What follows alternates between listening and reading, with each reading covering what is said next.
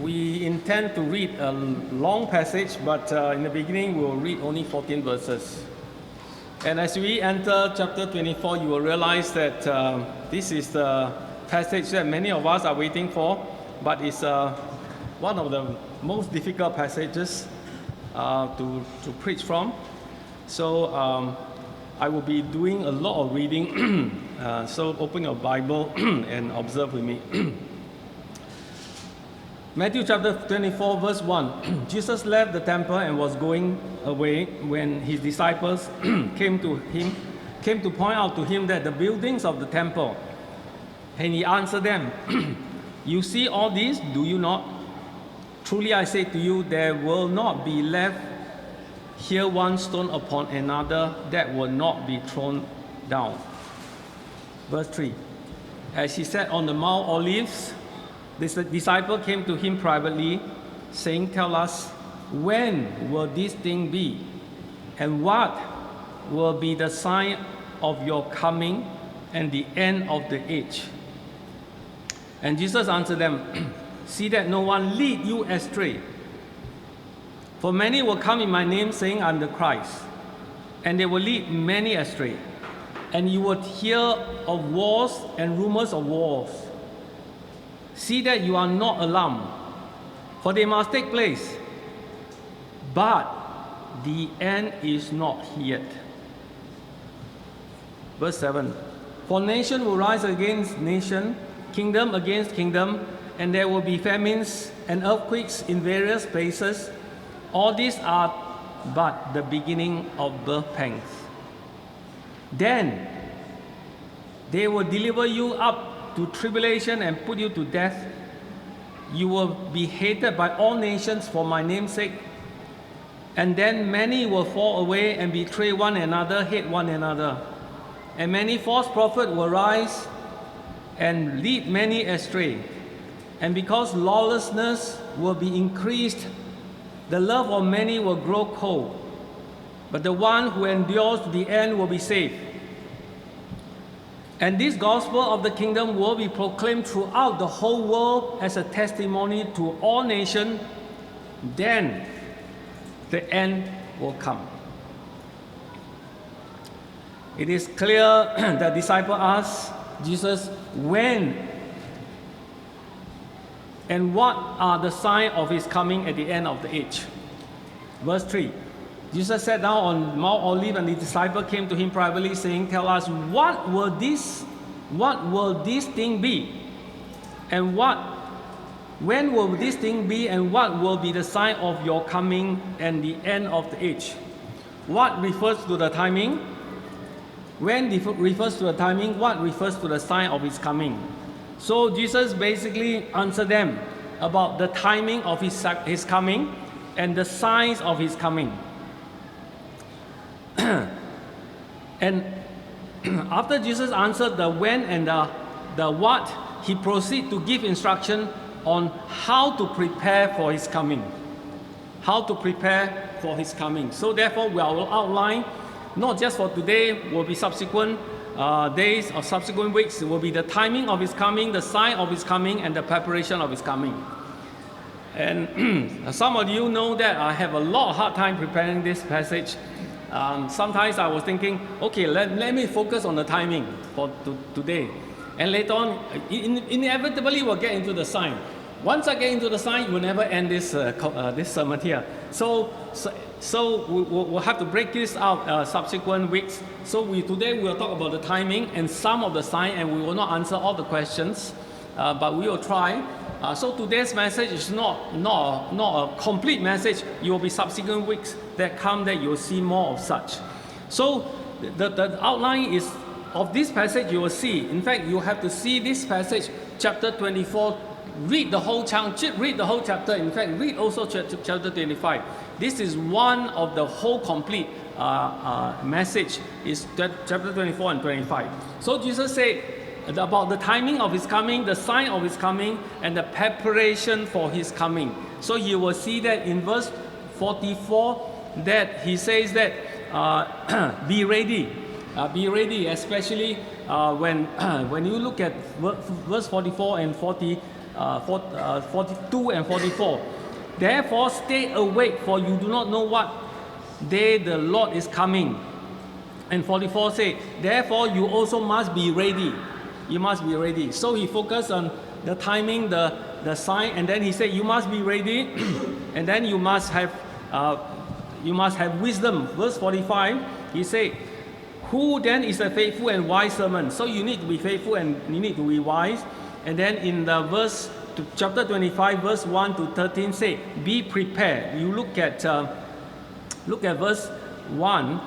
I say, then the kingdom of heaven will be like 10 virgins, and then they go out and took the lamb with them, and 5 are ready, 5 are not ready. And subsequently, you will see that verse 14 said, you must be faithful. So we will cover all this later part, but today we will only focus on the beginning.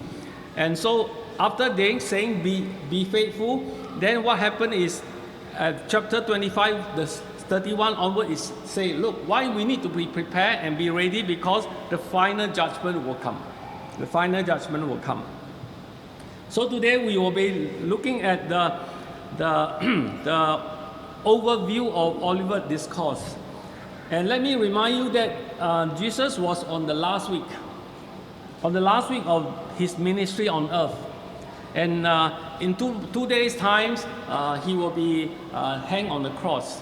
So before this, remember that Jesus entered Jerusalem on a donkey. And the second day, he cleansed the temple to show his authority. And the third day, he returned to the temple, and at the courtyard, he do a lot of teaching. And he told us about the 3 parables of judgment. And subsequently, he pronounced judgment on the Pharisees. Therefore, we have 7 woes in chapter 23. And subsequently, Jesus lament over Jerusalem.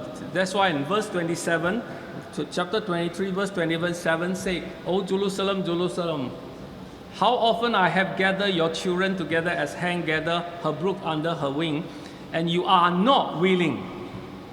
Verse 38 say, see, your house is left to you desolate. For I tell you, you will not see me again until you say, blessed is he who comes in the name of the Lord. So the impending judgment is the dominant theme of these passages. So today we will be focusing on Olivet Discourse. And Olivet Discourse is the 5th and final discourse in Matthew. Matthew, you will find 5 major discourses, long passages, long teaching from Jesus Christ, and this is the final one. And this teaching happened up in the Mount Olivet, therefore it's called Olivet Discourse. And the disciple basically come to Jesus and ask Jesus, saying that when is the destruction of the temple be taken place?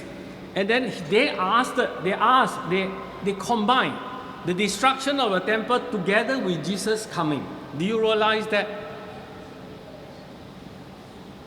Next week we will spend more time talking about when Jesus said the temple will destroy, and they say, when is your coming? So they perceive that Jesus coming, the destruction of the temple and Jesus coming is together in one event.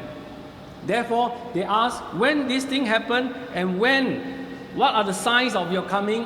What are signs of the end of the age? So so Jesus answered them this question, and this teaching is in prophetic language. Prophetic language. Therefore, it is also an apocalyptic discourse. So therefore, there are languages that sometimes go beyond us. And therefore, sometimes you read the prophet, major prophet and minor prophet in Old Testament, you realize some of the language is prophetic in predict future events. So sometimes it's not as clear as what we see today. So yes, it is apocalyptic narrative, but at the same time it's a narrative, it's a story. So it's very complicated. So I just want you to have word of caution here. These passages is highly debated by scholars, and it's very divisive because of this prophetic language. And I must admit to you that I respect certain scholars that I highly respect hold different views. So I don't want to jump into and say they are wrong or they are right. but I know that they are very respectable scholars, hold different views here. But it's very divisive. Therefore, we need to be very careful. So I do not expect you to agree everything that I'm going to say here, but I ask that you listen carefully and observe my teaching to see whether it is so. And I intend to be text-based, meaning I will be reading a lot of this text to you. You see that I read again and again and again. I want you to observe the text instead of going to various school of thoughts and then articulate how they think. But I will bring up from time to time how they interpret it, but I want to focus mainly on the text because that's the least possible to go wrong, because we just observe from the text rather than man's view. And I have studied this hard, and I try my best to present to you what I have learned from these passages. And I say, you might not agree everything that I say, but you can take reference and learn from it. You know, every week I study the Bible diligently and learn from it, and I organize the lesson in a way that I understood it. And I think hard to present to you in a clear and accurate fashion, the best that I can. But at the same time, since this is a teaching and preaching moment, there are all sort of people, all sort of brother and sister in different stage of spiritual life, and I have to think of all the pastoral issues that you are facing. So sometimes when I come to a passage that is applicable to you, I want to emphasize the certain point or certain perspective that can help you face with your daily life. So yes, you can organize differently from me. Yes, you can emphasize different points in the text than me. But I just want you to give me the benefit of doubt. That I teach because I might be thinking someone in the congregation is facing certain issue, having a hard time with life. Then I want to emphasize that I take certain approach to present it such a way that they can benefit from here. So you might not agree everything I say, but you can take it with a pinch of salt. But I want to be very clear that there are certain truths here that has to be very absolute dogmatic, but there are certain things that not so, I cannot be dogmatic that I'll just present to you. So today, the message, you will see that I will emphasize certain things are very clear that we cannot compromise. But there are other interpretations that I show to you, and I just tell you this thing, because I have studied, this is not the first time I preach this text. And it's not the first time I preach eschatology. This is not the first time I teach eschatology. But I approach this text again with a fresh pair of eyes, and I just want the text to tell me what exactly is here. So, and I discovered a number of things that I never see before. So I want to present to you, and we don't want our thoughts be colored by preconceived idea. So I just want to show you, and then you pray about it, meditate on it, and if you have questions, you can ask me during lunchtime. So let's look at the text. Verse 1. Jesus left the temple and he was going away when the disciple came to point out to him the buildings of the temple. So Jesus is leaving the temple. As they go out, the disciples saw, look at this temple. And this temple is beautiful. Even Roman government say this is so beautiful. Herod the Great helped build this temple and make it such a rare jewel of in the ancient world. So you see, so beautiful, so magnificent. And then Jesus answered them, do you see all this? Do you not? Truly I say to you, there will not be left here one stone upon another that will not be thrown down. So Jesus just announced there is a destruction. There's a desolate. This thing will be torn down and no one stone rests on another stone. And verse 3, as they sat on the Mount Olive, and so they went out of the temple, go to the east, and on the top of Mount Olive. Of course, I have to be very careful not to divert otherwise I sidetrack. Because in Ezekiel, you will see that the glory of God left temple and go to the east, the Mount Olive, and then they look back. There's a very touching moment to see how the Lord said, my spirit will leave this glorious place. But I have to be careful not to sidetrack myself here. So he said, verse 3, as they sat on Mount Olive, the disciple came to him privately. So this is a private teaching moment. It's a private teaching moment. He said, tell us, when were these things? What are these things? Next week, I hope to answer this, because I try to answer this and then I entangle myself. So a whole night I cannot sleep trying to if I go there, I cannot finish my sermon. And in the sermon, I usually want to make it very clear, very accurate. So we'll try to answer next week. What are these things? Of course, these things including the building, the destruction of building. But apparently, the disciple linked this to the sign of your coming at the end of age. So destruction and the second coming, put it together. Why does the disciple have this view? Of course, the Old Testament have predicted all these things before, but things are not so simple. So let's continue looking. So basically, they're asking Jesus, when were these things and what are the signs of your coming? Look at verse 4. What did Jesus say? The disciple said, tell me the time, tell me the sign. Jesus said, see that no one lead you astray. Did Jesus answer them? In fact, I would like to say that see that no one lead you astray is the main point of the whole message. They said, tell me the time, tell me the sign. Jesus said, don't be confused. Don't let all this sign confuse you. Don't let the timing confuse you. Don't let anybody confuse you. Don't be led astray. And then Jesus continued. And then led astray has been repeated a number of times as well. So as I mentioned to you, this is highly debated passage. There are different interpretations, but I cannot sidetrack so much to miss the main point. So, and sometimes I cannot be dogmatic in all the details, but I need to be clear on the main point. So what is the main point? The main point, as I mentioned to you, is the timing. The timing of his coming. The timing of his, he said when, timing of his coming, and then he asked him, what are the signs? The sign of his coming.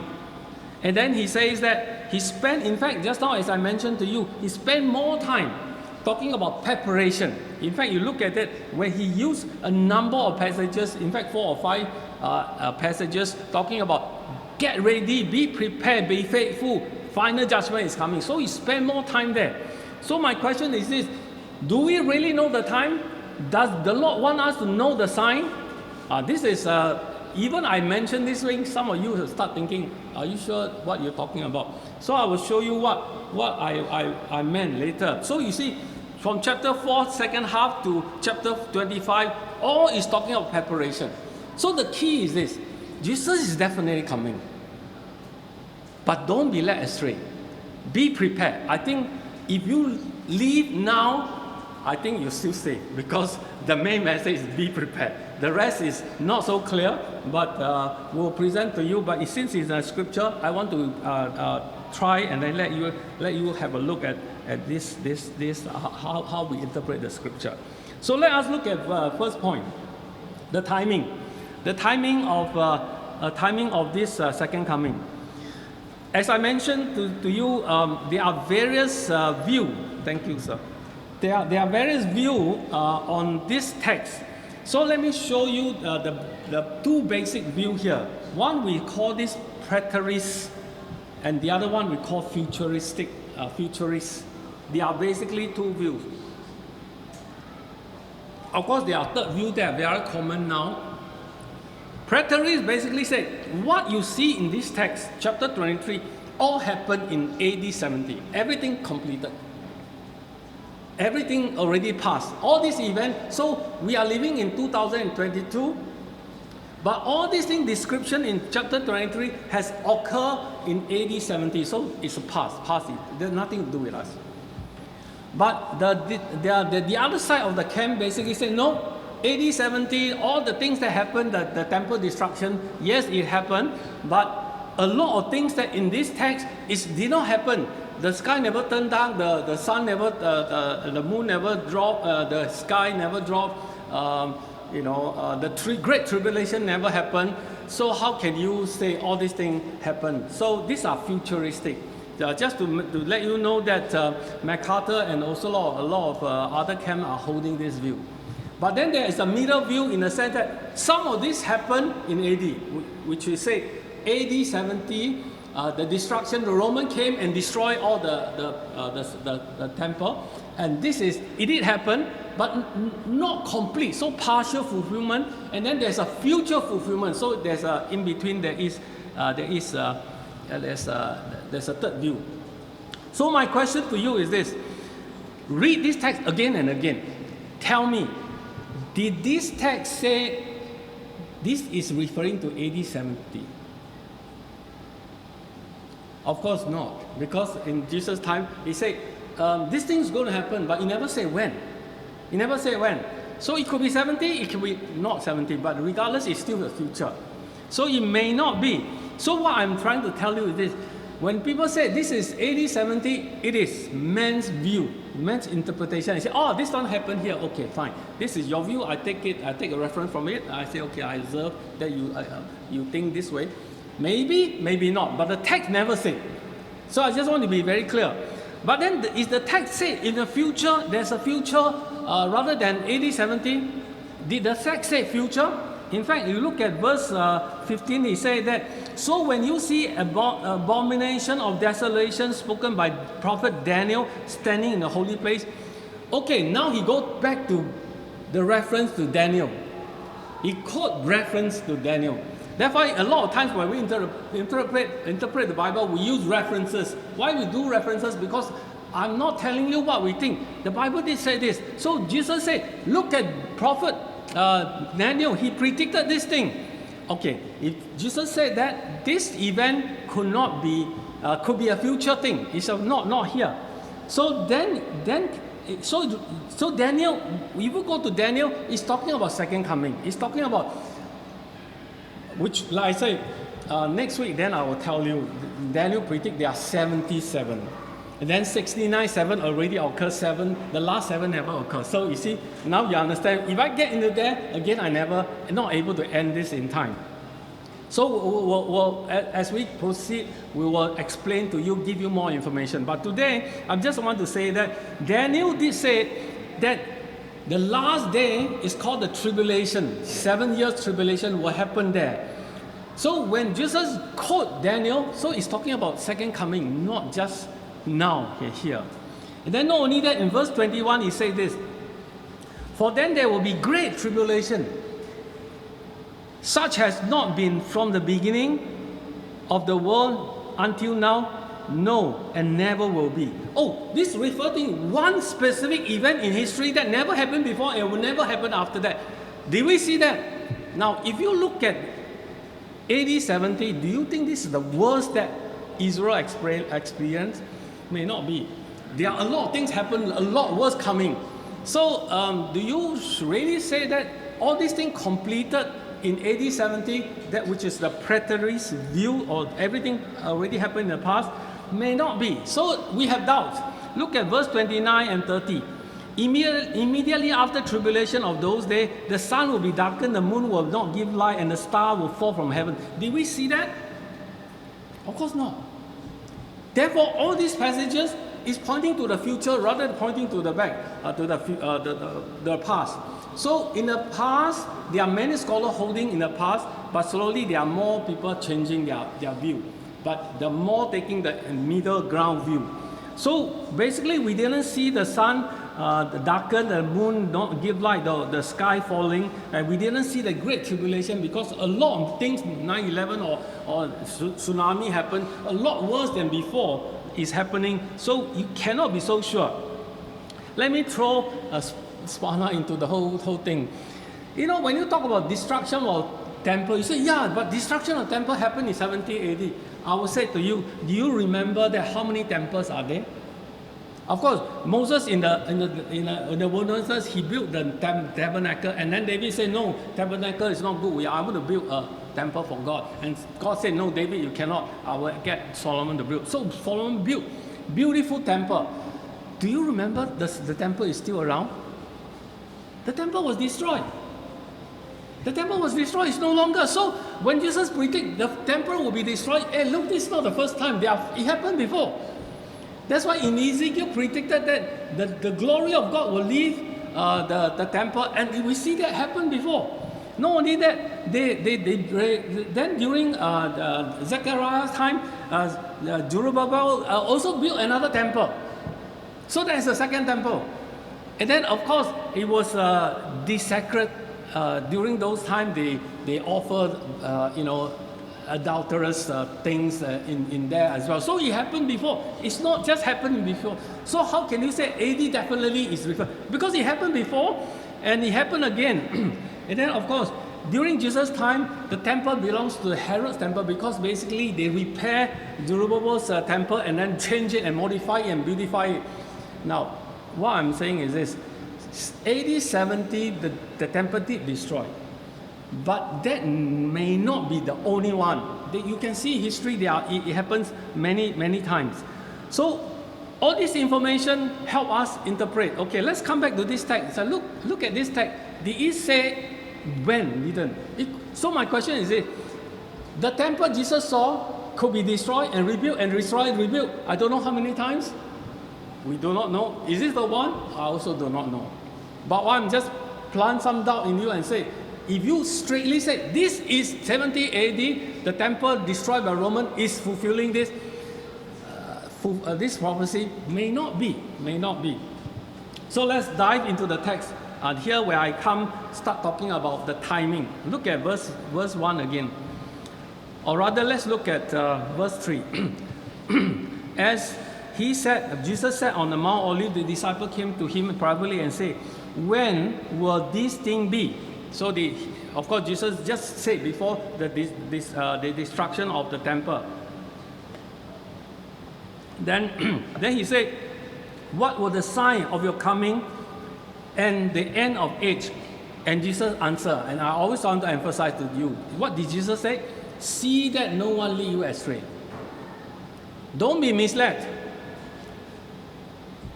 So the disciple is asking Jesus, when is this destruction of the temple? The disciple combined the destruction of the temple with Jesus Christ coming together. There is a reason for that, but may not be the only one. So some scholar feel that Jesus didn't answer when is the destruction of the temple. If you look carefully, go back and reread this thing. Jesus straight away answered the second coming. He never answered when this temple is destroyed. So, but we again, like I say, this is I present to you, and then you meditate on this, and then in fact Jesus' answer is do not be misled, and then he launched into the discourse with reference to Daniel's prophecy and the Great Tribulation. So this is keep in mind. Let's look at when you talk about timing. Timing, we want to look at the time signature. Meaning, in this text, when he talk about time, okay, let me read from verse 5, verse 4. Okay, let me read from verse 5. He said, for many will come in my name, saying, I'm the Christ, and they will lead many astray, and you will not hear wars and rumors of war. See that you are not alarmed, for this must take place. But the end is not yet. Do you see that? This is an important phrase. The end is not yet. The end is not yet. It's a time signature. You tell me the time. Let me ask you a question. Jesus, when is the sign of your coming? He said, you see war. In fact, the conversation continues. Nation against nation means war. Kingdom against kingdom means war. Then you see famine. You see earthquake in verse 7. Then you will see all this. Then he said, this is time not yet. Why is he saying, oh, this is a sign? No, this is not the sign. He said, time is not yet. Why you call this a sign? This is the beginning for sure. These are things need to happen. And we see time, we see war against war, kingdom against kingdom, nation against king. It's all over the place in history. And could it be this one? Not sure. I'm not so sure this is the sign. So you might disagree with me because I was taught always these are the signs. But the more I read, I said, Jesus said, the end is not here. You hear all these things, the end is not here. How can this be sign? Logically, it doesn't make sense to me. Then we continue reading. Verse 9, then they will be delivered up to tribulation and put you to death, and you will be hated by all nations by my name's sake. Then many will fall away and betray one another and hate one another. And many false prophets will arise and lead many astray, and because lawlessness and increase, the love of many will grow cold, and the one who endure the end will be saved. And the gospel of the kingdom will be proclaimed throughout the world as the testimony to all nations. Then the end will come. Okay, so I say, okay, the first group of description may not be, the second group maybe. I think maybe, I'm not sure, but possible. Let's continue. Look, can you jump to verse 15? Jump to verse 15. Verse 15 says, so when you see the abomination of desolation spoken by Daniel, prophet Daniel, standing in the holy place, let the reader understand. Then those who are in Judea flee. Those who are in the housetop, don't go down. Those who are in the field, don't go back. So basically, he's telling you what to do. If you see this thing, don't. These are three things that you don't do. You jump to verse 36. Then concerning the day and hours, no one knows, not even angel of heaven, nor the Son, but the Father. So did Jesus tell them when? Jesus didn't. They said nobody knows. No angels know, no man know, even the Son don't know, only the Father know. So how can we be looking at the time? We do not know. So the key is we do not know. Did Jesus tell us the timing? No. Jesus tell us. So did Jesus answer the question of timing? No, he did not. So he said nobody knows. So that's why verse 36 says that concerning the day and hour, no one knows, not even angels, not the heaven, not the Son, but the Father. And look at verse 27. Verse 27 say this. He said that, for as lightning comes from the east and shines far to the west, so will be the coming of the Son of Man. What does it mean? He said, look for sign. Then look for what? He said, look, lightning, when lightning strike. Okay, this morning I do not know if we see lightning or not. But once lightning strike, everybody see, whole world can see. Cannot hide. What is Jesus saying? When Jesus comes, don't let people lead you astray. When Jesus comes, it will be very clear though. Everybody can see. Like I just read in the pastoral prayer this morning, everybody see. Don't just say, people tell me, Jesus will be here, Jesus will be there. Don't listen, don't believe, because when Jesus comes, it's so clear, everybody knows. You don't have to be led astray. You know. So don't go out and look for it. So Jesus said, no one knows, therefore, no, don't let anyone lead you astray. So what do? We do not know the timing, so what do? Therefore, I think we can disagree with what we say about timing and all that, but what we need to agree and we need to automatic is we need to prepare now, right? We need to get ready now, right? We need to be faithful now, right? This thing is innegotiable. This thing has to be. So, brother and sister, as a church come together, I want you to be prepared. As a shepherd, I want you to be prepared because one day, I do not know when, it could be tomorrow, it could be tonight. Then when we see the Lord, I want you to be prepared and the Lord will be pleased with you. That is what we want to see. So, the whole text, chapter 23 and 24 come is, we do not know the timing. We'll talk about sign, but if you do not know the timing, what should you do? Prepare now, even now. So you cannot miss this main point. I heard a preacher preach a text like that before, which I want to share with you. He said, look, if you know tomorrow Jesus Christ will come again, tomorrow, what will you do today? Then a lot of people, if tomorrow Jesus comes, today I quickly change my behavior, I quickly do all these things. I'll be lying, then I don't lie. I'll be lazy, I don't be lazy, I'll be diligent. He said, look, that's a wrong answer. You know why? If Jesus come today, you need to change means you know today you didn't do right. If you are a good Christian, he said, Jesus come tomorrow, what do? I do the same thing exactly what I do. That means you are a good Christian, you do exactly already, you don't need to change anything, then you are a good Christian. Isn't it not true? If we say Jesus come today, then I will not chase for all the money or will chase all the world pleasure. I will be reading my Bible.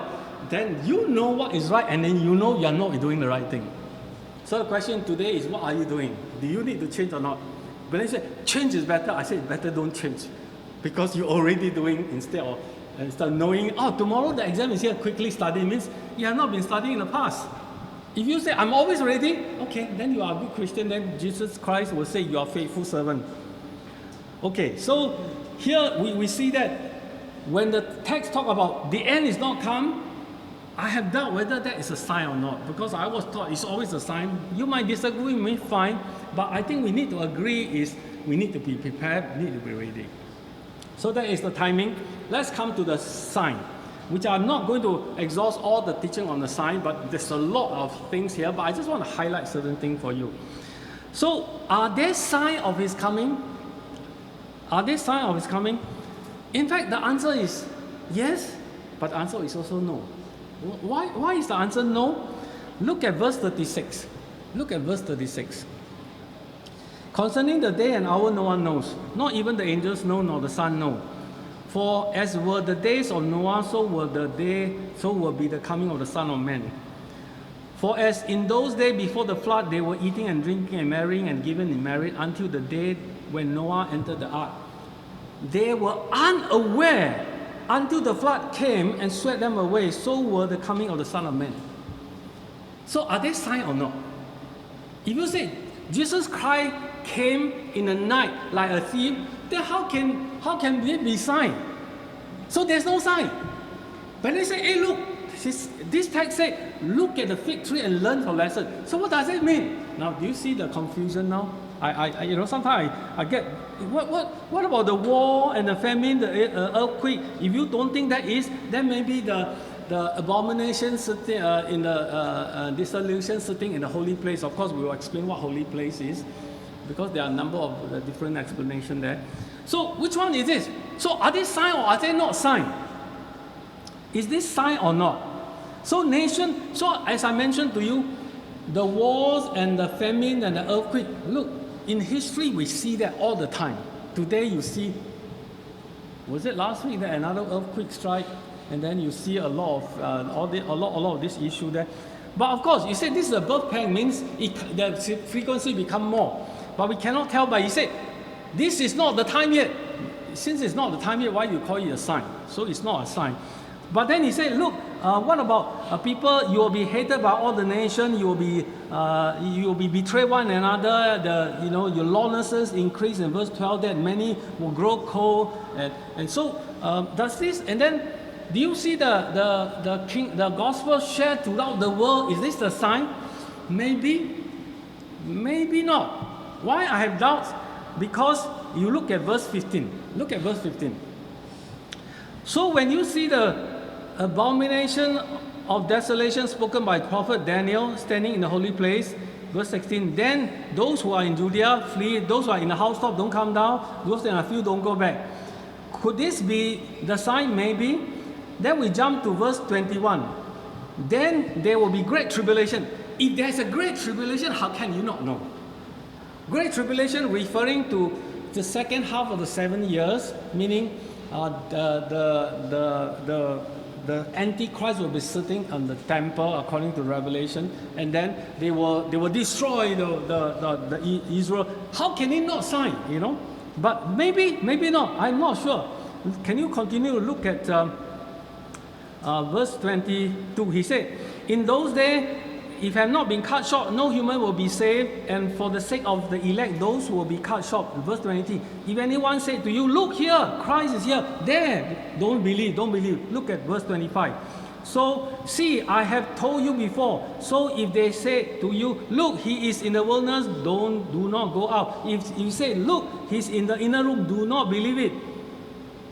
And then verse 27. For the lightning comes from the east, shine to the far as the west, so will come the Son of Man. Meaning, look, it's so clear. You don't need anybody telling you anything. So it's so clear, right? And whenever the corpse is, the vulture will be. Meaning, look, we'll explain this. Look, when eagle flying on the sky, there's something. The food is there. Look at continue in verse 9. Immediately after tribulation of those days, the sun will be darkened, and the moon will not give light, and the star will fall from heaven, and the power of heaven will be shaken. Look at verse 30. Very important, verse 30. Then, it's telling a time signature, right? Then then will appear in heaven what? The sign of Son of Man. He said, he tell you a lot of things happen, then he said, then all these things happen, then the sign of man, the sign of man happened only in verse 30, then whatever go before is not sign of man. Am I correct to say? Do you have this doubt in your mind? I have. I said, okay, the Son of Man will appear in verse 30, said the Son of Man will appear, and then the tribes of the earth will mourn, and they will see the Son of Man coming in clouds, heaven, with power and glory. Is that the sign? Possible. Like I say, I just present all these things to you. So do you see in verse 30, then will appear the sign of man. So if verse 30 is a sign of man, then go before, is this a sign? And then by the way, do you notice that the word is singular? The sign is singular. There's only one sign, but then you have war and famine, and these are multiple signs. So are we talking about the same thing? In fact, you go back to disciple, Jesus' disciple also asked one sign, singular. But the key is this. Remember the context. Jesus said, don't be led astray. If Jesus said, don't be led astray, keep saying, don't believe it, mean you know. So we don't be misled by false cries, all these rumors. So these are not signs. The real sign is Jesus Christ on the sky. When you see, you have to know, because nobody questioned that. And then Jesus said, so is that sign? Yes, because he said sign, but not those that describe. I cannot be dogmatic. I just want to present to you this observation that you you want to think. Maybe in a small group we can discuss. Look at verse 30. Then he said, no, there are signs, because he said, learn from a fig tree. Learn from a fig tree. From the fig tree, learn its lesson. As soon as the branches become tender and put out leaf, you know it's summer. So all these things happen. Yes, all these things happen so that we know, but it's not a sign. This is just things have to happen so we know he's coming, but these are not a sign. The sign is in verse 30. Then he's telling all these things will happen, it will happen, but you know. So why he's telling us all these things? Be prepared, be ready. So my question is this. I do not have answer. I want to ask you this question. When you talk about sign, is this referring to the sign of his coming or the sign of his arrival? You know what I'm asking you? It's like, you see this sign is 来了, coming. Or it's like, you see this, already here. Which one is he referring to? Maybe, I don't know. I just want to stimulate you to think and meditate with me and study with me. And then I also want to ask you another question. When we talk about Jesus Christ coming, as we study, we have more questions. When Jesus Christ comes, is that sign? He said, no, he come as a thief. He come is like Noah's day. Everybody happily eating, drinking, marrying, but nobody knows. So no sign. But then there is sign. Okay, so is the sign referring a period of time or a point in time? You know what I'm asking now? Okay, these are questions that I just want to present to you. But if we observe, think through this thing, and then I cannot be dogmatic and say, I know everything. No, I don't. I'm still studying. So study with me.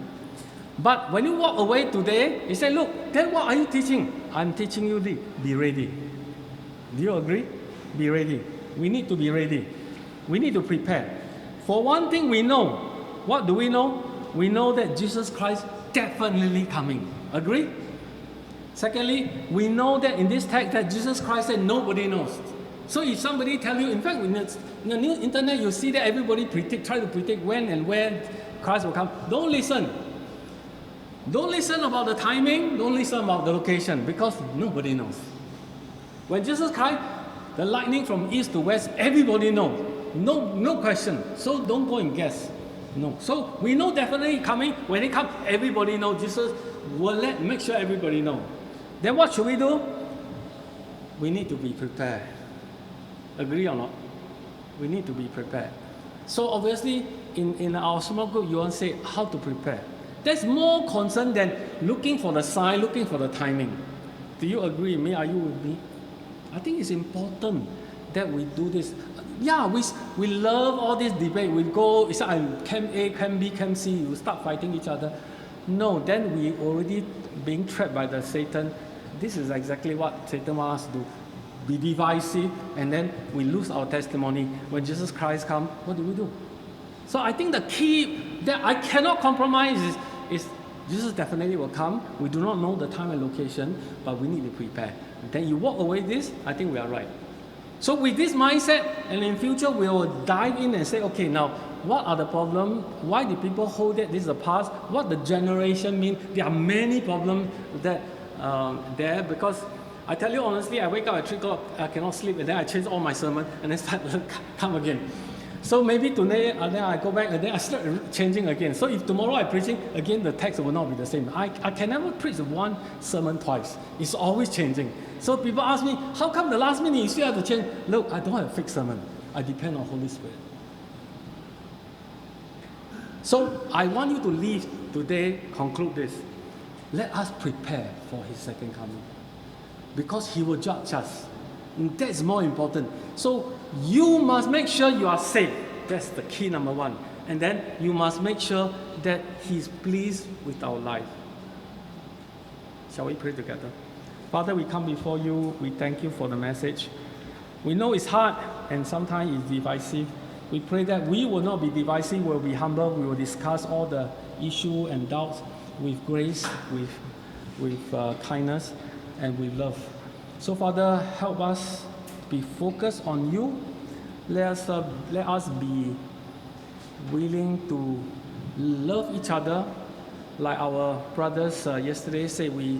We basically want to challenge each other, hold each other accountable, so that we are pleasing before your eyes. Let the men come together, let the women come together, that we unite in one for your cause. In Christ's name we pray.